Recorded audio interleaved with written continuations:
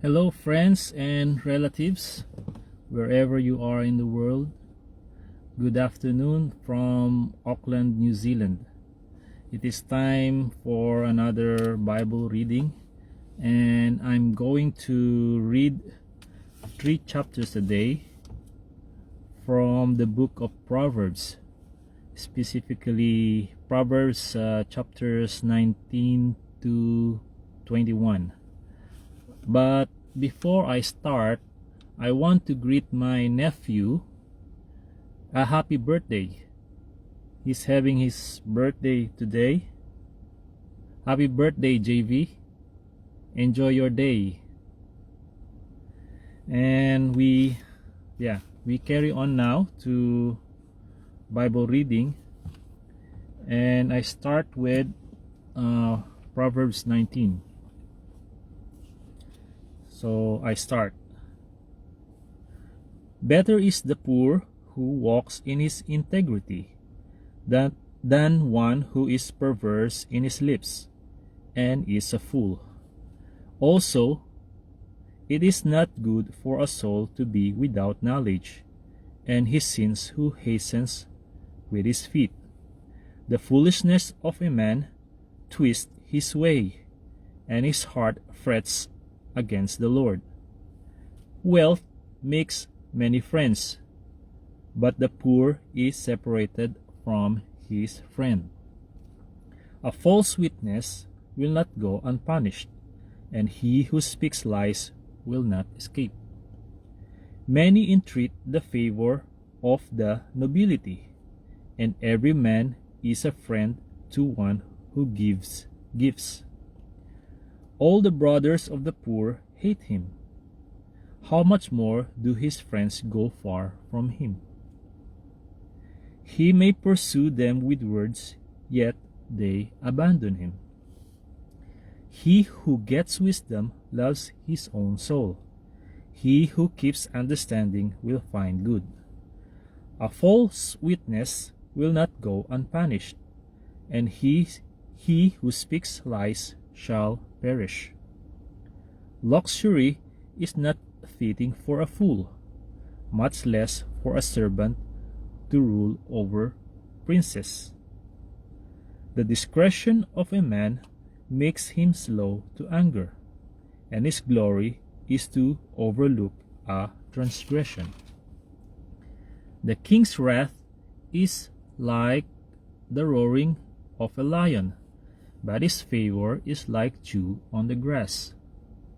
A foolish son is the ruin of his father, and the contentions of a wife are a continual dripping. Houses and riches are an inheritance from fathers, but a prudent wife is from the Lord. Laziness casts one into a deep sleep, and an idle person will suffer hunger.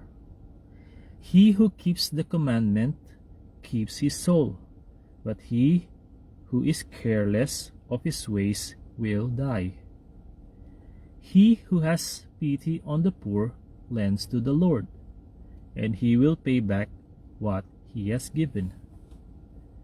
Chasten your son while there is hope, and do not set your heart on his destruction. A man of great wrath will suffer punishment, for if you secure him, you will have to do it again. Listen to the counsel and receive instruction, that you may be wise in your latter days.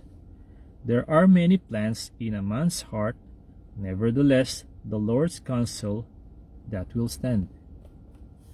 What is desired in a man is kindness, and a poor man is better than a liar.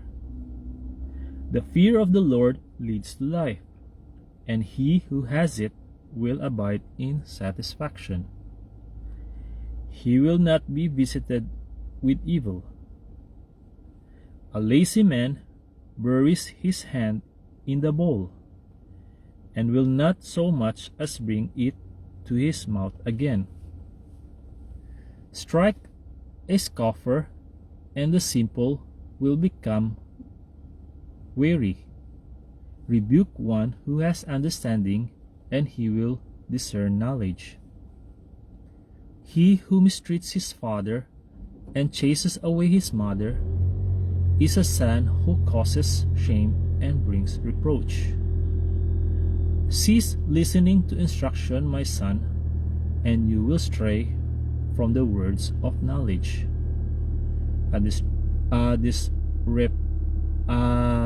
reputable witness scorns justice, and the mouth of the wicked devours iniquity.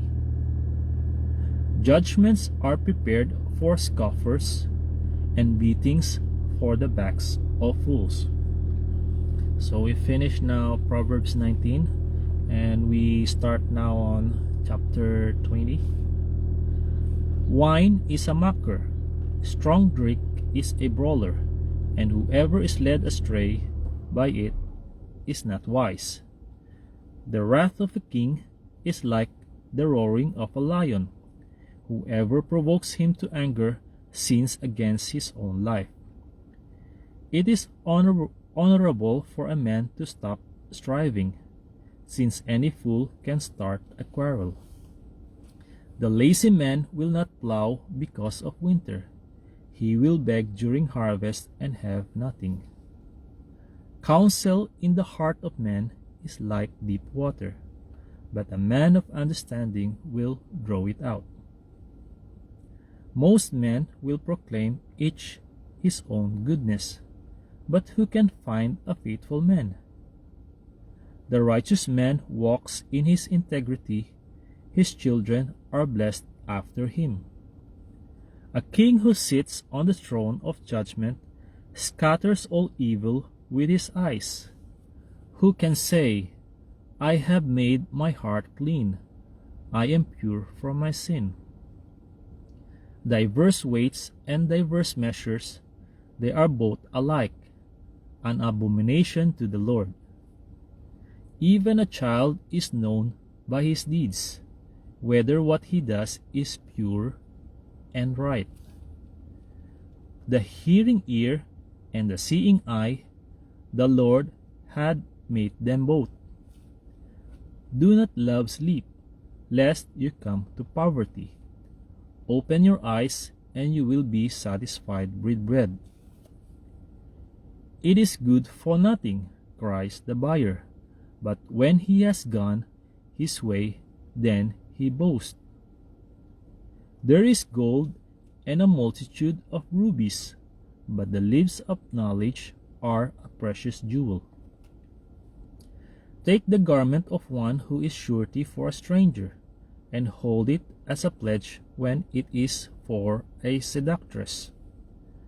Bread gained by deceit is sweet to a man, but afterward his mouth will be filled with gravel. Plans are established by counsel, by wise counsel wage war. He who goes about as a talebearer reveals secrets. Therefore, do not associate with one who flatters with his lips. Whoever curses his father or his mother, his lamp will be put out in deep darkness. An inheritance gained hastily at the beginning will not be blessed at the end. Do not say, I will recompense evil. Wait for the Lord, and he will save you. Diverse weights are an abomination to the Lord, and dishonest scales are not good. A man's steps are of the Lord. How then can a man understand his own way?